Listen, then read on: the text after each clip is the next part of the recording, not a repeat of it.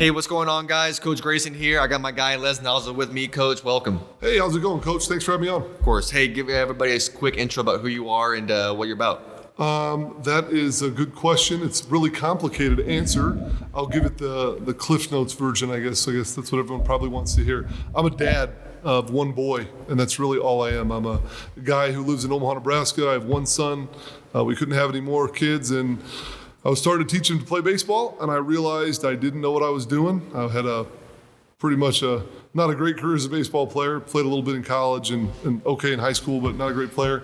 And so I just decided I'm going to figure out what to do. And so we were hitting the backyard one day, and I kind of stumbled along driveline baseball and started looking at their throwing stuff, and that's before they did any hitting. And boy, I really fell in love with what they were doing from just a teaching standpoint. And this is not what I do for a living. It's not even a job. I'm not really in it for money, and I can say that because I don't really make money. I mean, certain people have paid me before, but I usually try to either reinvest that back into a business that we're trying to make baseball better, like wiredevelopment.com, or I'll reinvest it back into my team, or players, buying stuffed balls for our facility, things like that. So right. A lot of times people will pay us in baseballs or Gatorade, or I had one guy bring a two-wheeler dolly full of Gatorade. He said, "I know you won't take money, but take this." I said, "Oh, throw it in the fridge." Right. So yeah, it's a pretty good thing. Yeah, Hell pretty yeah. good. That's awesome. So, and we kind of gone back and forth on Twitter. Some stuff we agree with, some stuff we don't. Sure. So something I want to talk about is, obviously I want to hear some of these stories, but I want to just talk about pure athletic development. Okay. And we can even get to coaching, how to coach, all that fun stuff. But sure. One first thing is, what do you think has made you successful as a coach, or like what's one thing that you should contribute your success to? I would say humbly, I have not been very successful as a coach. So I coach a little kids baseball team. We started when we were 8 years old. We won 7 games. Better than 6. Well, yeah, it's better than 6, but not better than 10. So it's not very good. We've really upgraded. We're now a 12-year-old team, and I think we won like 40 some games last year. So that I would say we're successful more on the player development side. Mm-hmm. I'm just trying to figure out how to make players a better contributor to the overall ingredients of the team winning. So, and I have to tell you, I self-admittedly get a little bored coaching sometimes. I want to go throw batting practice during the game or hit fungos or something. But I get tired of looking out in left field and seeing that left fielder stand there for 3 innings. You're like, man, that kid has not done one thing for 3 innings but back up throws. Right. I don't really think he's getting any better. We should go hit some fungos. So I would say the thing that's made me successful is admitting that I'm wrong. So I can tell you, I don't teach baseball today the way I did 3 years ago, 4 years ago, 2 years ago. I don't teach baseball the way I played, and I can tell you I try to learn something every day. I know some people would say that I'm a little bit obtuse to what I think, but I have beliefs because I've experienced them and I've used them and they've worked. But for the most part, I think what's made me successful is my ability to look at data, analyze it, and make an unbiased approach to decide what's the best for the people that I work with, because they're not really paying me, so I don't really have I'm not selling them anything. Right. So, and we could talk about that, but it's kind of one of the things. Well, I think it's just from your background, from your career. Yep. It seems like that has a lot of carryover. It does. And can you kind of go into detail about that a little bit? So I work for a fiduciary money manager, which means we build financial plans for people with no conflict of interest between what we're using to build their portfolios or recommend to them. So there's really nothing that is incentivizing us to put that in their investment portfolio for them. So we make unbiased opinions. And one day I was laying in bed with my wife and I told her we're going to do this for baseball. And she says, "What do you mean?"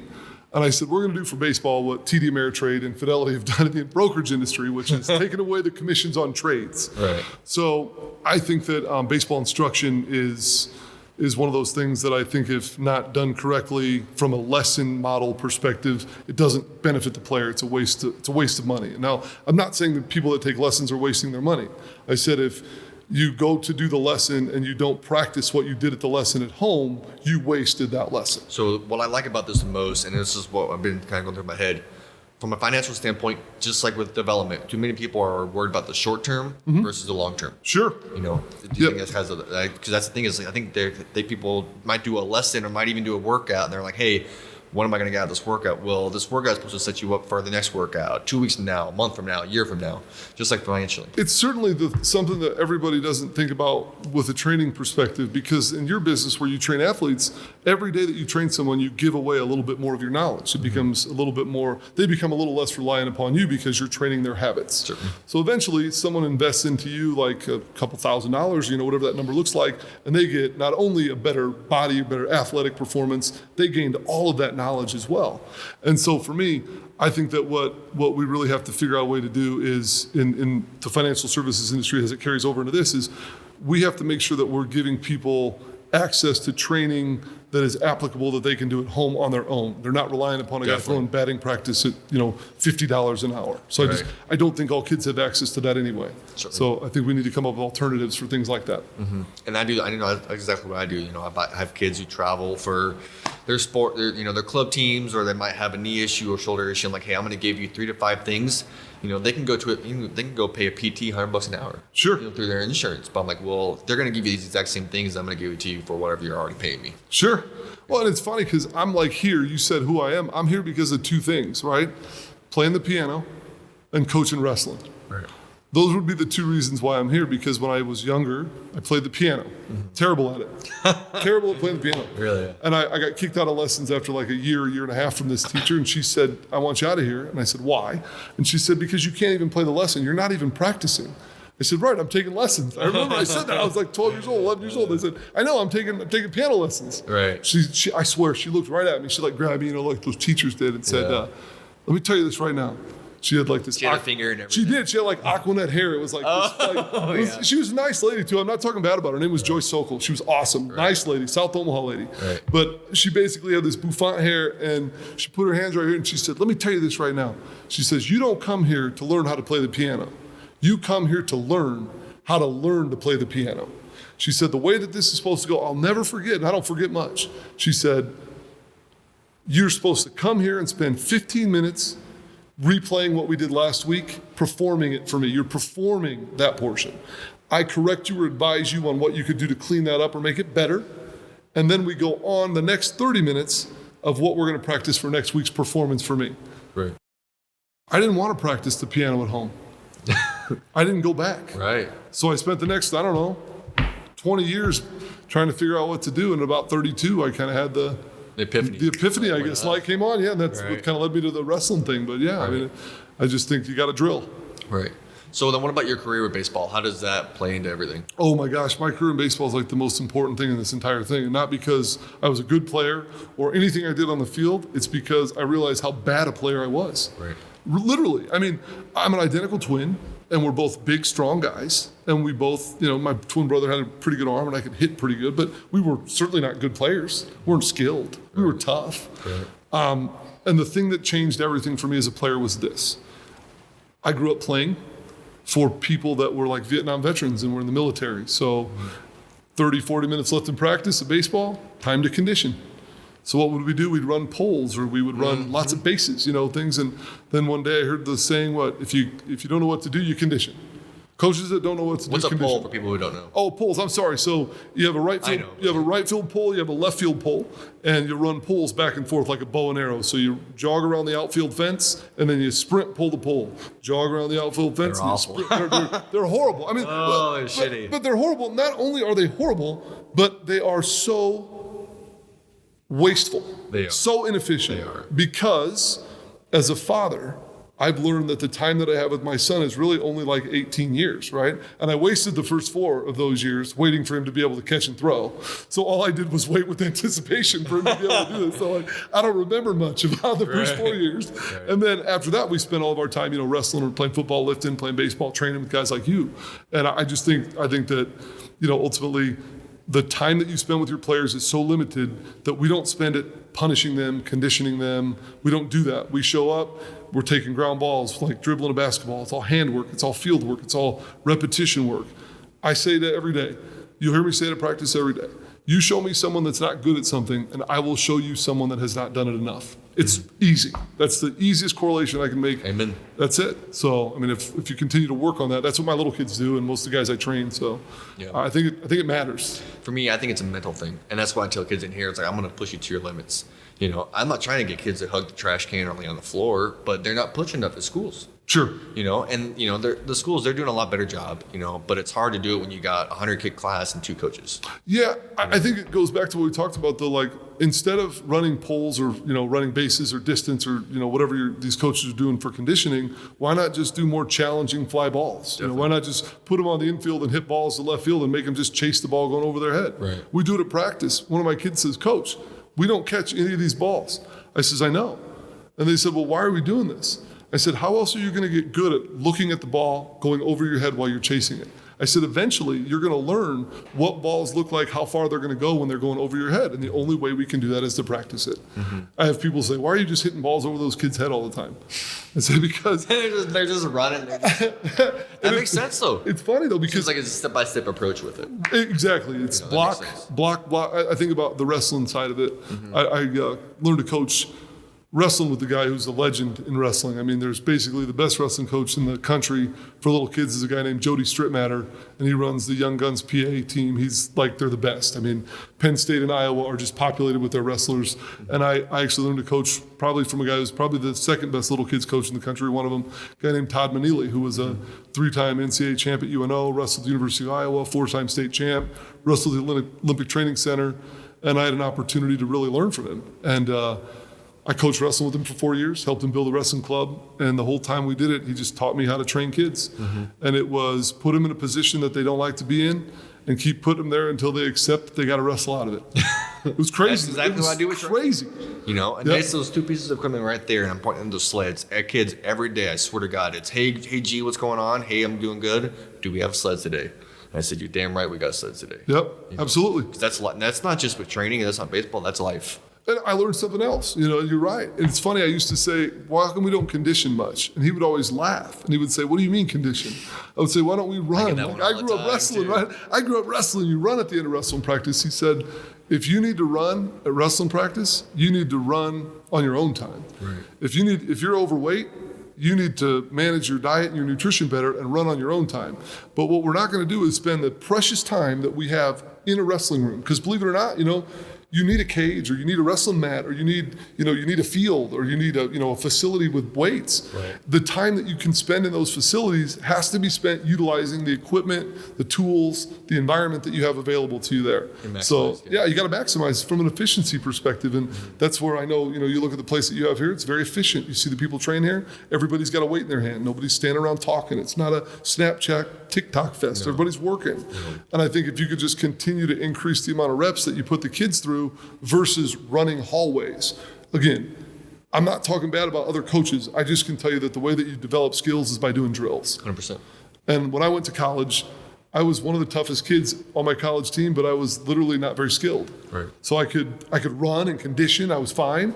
But boy, a hard ground ball, the hardest of the hard, I'd struggle. Guy throwing really hard, I wasn't a great hitter. So I just kind of try to make it my mission to train the guys that I work with today and try and teach them what it's going to take at the next level. I tell everybody, the longer you play ball, the more you're going to run into me. Well, see, I learned that when I was with the Padres. We would only have sometimes 45 minutes for the guy. Yep. And I'm like, shit, I got to do whatever I can to get the best bang for my buck in that 45 minutes. So what am I going to do? Yep. And I play that same stuff here. I got kids for 60 minutes because then they're going to leave for a hitting lesson or practice, or they got a family dinner or whatever it may be. I'm like, well, I'm going to hammer those 50 to 60 minutes with these kids. Sure. And so many people just don't understand that what you just said. I go and I do lessons and camps all over the country for people, and I go there and the coach is like, okay, do you want to get them running and stretching? I'm like, what? He's like, do you want to get them running and stretching? I'm like, during the camp or during practice? No. Right. It's like, what do you mean? I'm like, coach, if you have to get loose and you need to get ready for practice and practice starts at 2, you need to be here at 1:30. Right. 100%. You need to have your shoes on at 1:35. You got to, the 3 S's done, shave, shower, all that's got to be done. You got to get ready to go. Right. You go do your little routine, your drive line, your bands, whatever that is. Mm-hmm. Practice starts at 2. We start playing catch at 2. We go right into our drill stations and facility stuff for accessory work. We're not gonna spend our time for kids to stretch when we pay $180 an hour for a field or for a quad. Mm-hmm. That's just not efficient. So, and humbly, I'm starting to get better with that. I have kids that come in and they'll just wait around, and I might be dealing with somebody, and I'm like, oh shit, I got to make sure that kids know that they need to grab their bands or their balls and stuff like that to do their. That's a culture thing, though. It is 100%. Yeah. That's one thing I've realized. I'm like, well, okay, I need to make sure that if they come in, they're not just standing there Snapchatting and texting. I want to make sure they're warming up and stuff, because we will do a team warm up, but it's only going to be like 5 minutes. Sure. It's funny because I tell people all the time about culture. When I was growing up, you had in the 80s and 90s, right? You had the gangster rap movement coming, all these guys. So you kind of learned about some of the gang stuff. And I always think back I always kind of wanted to be a part of something like that. Not like a street gang. That's not what I'm saying. But you always want to be a part of, a group of guys that trained or did something that was like kind of a gang, but maybe towards training or good things for people. And that's really what we try to do. So when I talk about culture, we talk about kind of that gang mentality, right? Like I have a talk with everyone that we train, like we're not going to charge you money, but it's not free. Like, what do you mean? And everybody that trains with us at, Wire Development, and, they all know that there's one guy who's in charge. It's either Brian or myself. And what we say kind of goes. If you don't agree, that's okay. We can talk about it, but, we're not going to disagree in front of the group. We're going to all effort towards the same thing. When we leave, if we decide to go play somewhere else or go to college, we all kind of make a deal that, you'll answer each other's calls and help those that need it. And so, I just think the cultural thing is when people walk into our place, it's not sit around and jack around. It's let's pick up a weight, let's get to work, let's start swinging a bat, grab a piece of PVC. If you see something on the ground, pick it up, throw it away, sweatshirt on the ground, hang it up. We're just trying to do something different, where these parents, think my kid goes to this facility every day, 2-3 hours a day, and he comes home and he's not a bigger jerk. I never had anything like that. So I'm the same way. Yeah, there's a guy on Twitter. His name's Marco Medina. He's really good. He's a swing guy. He's in Corpus Christi. He's my age. I actually played against him in junior college, which didn't know it. Went to Blinn. Really good guy.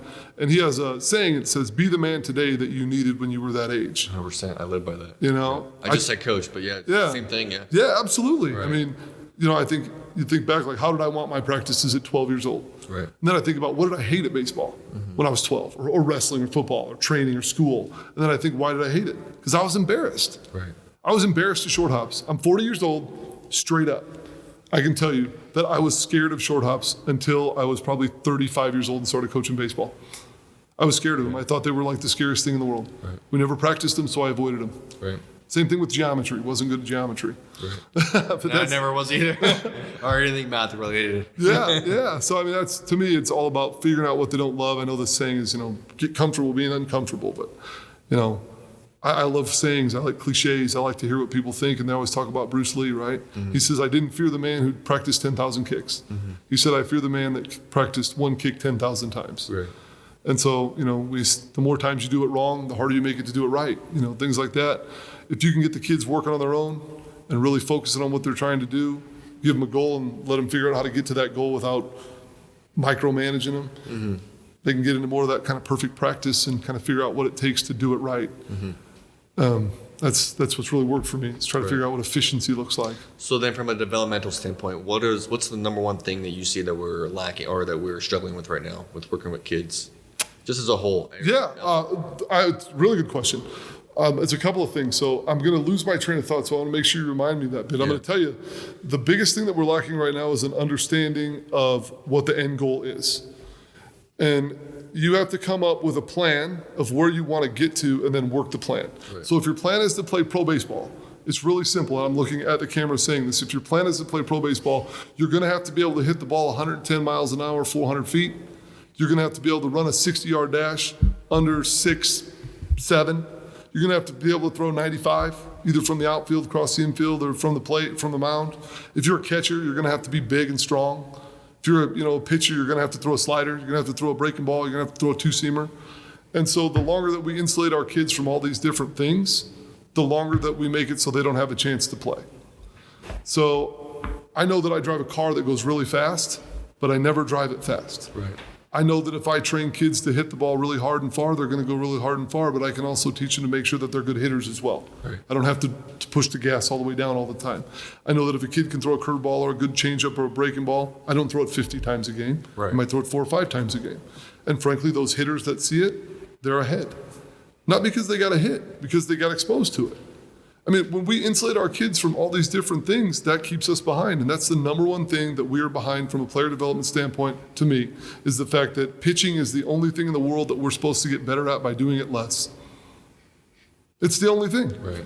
I tell my grandma I want to become better at reading. She hands me a book.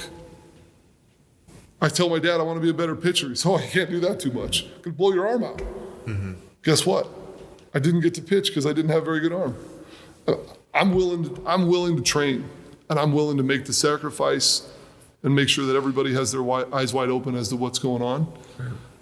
But if you want to go play baseball at the University of Nebraska and you throw 81 and you're 17 years old, it's going to be challenging. Very. Better get to work. Right. And I know people give me a hard time. They say that I'm not great with players and I'm tough on players. But I always joke and say, look, at the end of this thing, they'll remember me. And they laugh and say, why? Because you yelled at them? I said, nope, because I told them the truth. Right. I tell everybody the truth. At the end of this thing, I'm going to be the one that has to put my arm around that 18-year-old kid that I spent 2 years training and go, you ain't good enough, man. You ain't fast enough. You ain't big enough. You don't throw it hard enough. You're never going to go to that school. It's this school, and that's really all you got. Right. You should see the look you get from some of them, especially this week. Man, we had baseball cuts this week. Yep. I got kids that texts like crazy. Yeah. I mean, I got kids that are texting me, I made reserve, I'm depressed, I'm this, I'm that. And I think to myself, well, you go to huge schools and you're undersized and you didn't do anything in the fall and you didn't do anything all winter long. I mean, I don't think you need to specialize, but I think ultimately you got to train every day. Right. It should be a reality check. That's the number one thing that I think we're behind on is just repetitions. The closer you get to the equator, the better the baseball is. Because they can get outside more often. Crazy. Thanks to people like Terry Malott in Omaha, we have things like the Ultimate Baseball Academy, or in Elkhorn we have ETC, or we have Strike Zone, we have something new in Papillion where we can now simulate the opportunity to play baseball year round like they do in Texas and farther south in South America and Central America. So, I mean, for me, we have to take what they're doing and try to figure out a way to do it here, which is huge. Right. The other thing that I think we're lacking on ties into you. I think that not enough people are making investments into people like you. I think that people would rather make investments into their kids playing basketball on the 6th team at a suburb in Chicago or Illinois or California or Nebraska, rather than saying, we're not going to spend $1,000 at basketball for the team and the uniform and another $1,500, $2,000 traveling. We're going to go hire a guy like you, or a guy that can help you with your nutrition. Hire a guy that's going to be honest and say, hey, you're too heavy. Hey, you're not heavy enough. Hey, you're too small. Hey, you're never going to be 6'5", but we can sure try and figure out a way to make you have the muscle of a 6'5" guy. Right. And I think that if more people would invest in training, strength, and nutrition into people like you, I think it would make the job that I do with them a lot easier. I know that for sure. 100%. Well, that's one thing I tell people, and that's funny how you put it from the investment. That's why I tell everyone who I talk to on the phone, like, hey, this is an investment for your future. I want your kid to not be like me and being, a bunch of money in student loan debt. Sure. I want them to be able to go to a school and get something paid for, whether it doesn't have to be full, Sure. and it doesn't have to be D1. It could be, go D2, D3, but their school's paid for and they can leave school, with that experience and not have any debt like me. Yeah, I mean, if you think about it, right, like you just said, it doesn't have to be D1, it could be D2, D3, and that's fine. But why would you ever set the goal there? I mean, you have to smooth the data. So take the top 2% really smart kids, they're going to go to the Ivy League. Hey, I want to go to that great D. I get that. That's awesome. But I mean, if your goal, you have a kid, my son's 12 years old. I would love for him to go to the University of Tennessee and play for my buddy Luke Bonfield and Coach Tony Vitello. I'd love for him to go to play for Coach Thompson at Auburn. That'd be awesome. Right. I'd love for these, the Nebraska prospects or somebody to help him find one of these great schools. But ultimately, our goal is to try to play in the big leagues. And if we miss and end up at a Division II or Division III school, man, we're playing ball. And we had a great time getting there. Right. Like, people are like, you think your kid's going to get to the big leagues? Heck no. But I think we're going to sure have fun trying to get there. Right. I mean, what if you did, right? I don't know. I mean, there's an old parable that talks about a Mennonite kid who every morning would go out and lift this calf. It started as a small calf over his head until eventually one day he could lift the whole cow over his head. Right. And I know that. Yeah, I know that's not true. Maybe, I don't think, but I think ultimately what it really shows you is that if you just bang your head against the wall every day, the wall will come down. Right. You just have to work harder. But I think a lot of people also aren't trusting that process either. They're worrying, and I dealt with this last week with the text with a kid I know. We were talking back and forth. He's like, man, I can't wait to sign my NIT. I can't wait to sign it. And I'm like, why are you worrying about that? Yeah. Worry about tomorrow. Worry about the workout. Yeah. And I feel like that's one thing from a developmental standpoint from the kids is they're not worrying about the here and now and the process. Sure. One of the things that we found a lot of success in is, first off, we run into people that feel the exact same way every day. I'm just stuck. I don't know where to start. I don't know what my process is, like you talk about. Right. And what we found is that the process that you put them on has to be like super easy and like super repeatable. So we were talking a little bit earlier about nutrition. I'm not a big weigh your food guy. And again, I know you might be, some people need that. I respect that. I'm a bro science guy. I grew up in gyms, Right. And for me, it's, half a bag of hash browns, half a bag of Sun Chips, half a gallon of chocolate milk. I'm still thirsty. I'll do a little more than that. That's okay. Right. But I think what it really comes down to is you have to do something. The guys that train with me, I'm going to probably get in trouble for talking about this, but we have this thing, like we, part of the, we don't tell everyone everything, but is part of being in the gang, is we have this thing called, the sixes. I've tweeted about it before, but I don't know if your audience will see it, but it's basically 6 hours a day, 6 months a year, 6 days a week. So you should spend 2 hours a day training baseball. Or whatever that is, right? I mean, that's baseball, football, whatever, your skill acquisition. Right. That could be driveline throwing, that could be, weighted balls. Then you're going to spend 2 hours a day training with guys like you, mobility, strength, conditioning, power, explosion, and then 2 hours a day eating. I mean, if that's 3 meals and you're only eating 3 meals a day, I mean, you should be spending like a lot of time sitting there eating that food. It should be 2 hours, Hell yeah. And you should be eating all day. But if you're only going to spend 3 meals a day, you should spend 2 hours eating those meals. Right. And I think that if you can do that in the off season, so you think about the way that it goes here in Nebraska, right? The fall starts in August. So basically let's say September, October, November, December, January, February. By the end of February, tryouts were March 2nd this year. So that really gives you a 6-month window that you can change what you do. And I've seen it happen. We have some athletes that I train or have the opportunity to work with who are some of the best in the country. I mean, we have Trey Fromm, who my partner is a guy named Brian Southworth. He owns Southworth Hitting, and he's my partner at WireDevelopment.com. And now he trains people at Wire Development in person. He's worked with this kid since he's 9 years old. I mean, we've had him up to 98 before on the Rapsodo. I mean, he's a big time player. Mm-hmm. We have another kid, Nico Saul at Creighton Prep, trained with us a ton this year. Didn't have a great junior year. He's one of those kids that does a lot of stuff, but he really got focused this year. He's really cleaned up his swing, cleaned up his actions. We're looking for really good stuff out of him. He did a really good job. He had a 500-pound squat this year, set the prep all-time squat record, which is super cool. So we got some other guys. Garrett Freeman, Papillion South's another one that's been in there quite a bit. Repa from Papio, another one we expect to have a really good year.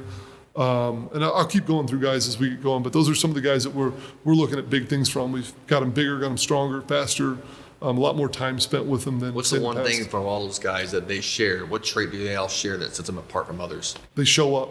Right. They show up. 80% of success is just showing up. Right. I have had the chance to watch pro guys and some MLB guys train, and it's funny because nobody has chalk all over them and a headband tied on, and they're not wearing a wife beater T-shirt. No. They walk in, they're like Lululemon. Yeah, if they walk in, they're just yep. And they go do their lifting, they drink their stuff, they do their therapy, they go do their bullpen, and they leave. It's work. It's the same way that I put on my suit every morning and go to my office, make my calls, meet with my clients, make my recommendations, do my research. I mean, it's really the guys that show up.